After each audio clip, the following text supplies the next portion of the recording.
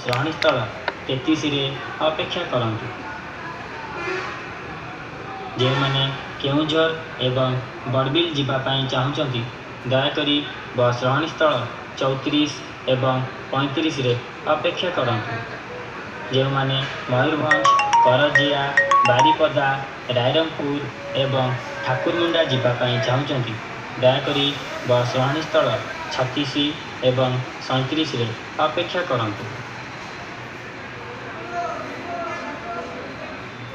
ଯାତ୍ରୀମାନେ ଦୟାକରି ଧ୍ୟାନ ଦିଅନ୍ତୁ, ଯେଉଁମାନେ ବାଲେଶ୍ୱର, ଧାମରା, ଭଦ୍ରକ, ଚାନ୍ଦବାଲି ଏବଂ ଆଖଣ୍ଡଳମଣି ଯିବା ପାଇଁ ଚାହୁଁଛନ୍ତି ଦୟାକରି ବସ୍ ରହଣୀସ୍ଥଳ 38 ଏବଂ 39ରେ ଅପେକ୍ଷା କରନ୍ତୁ।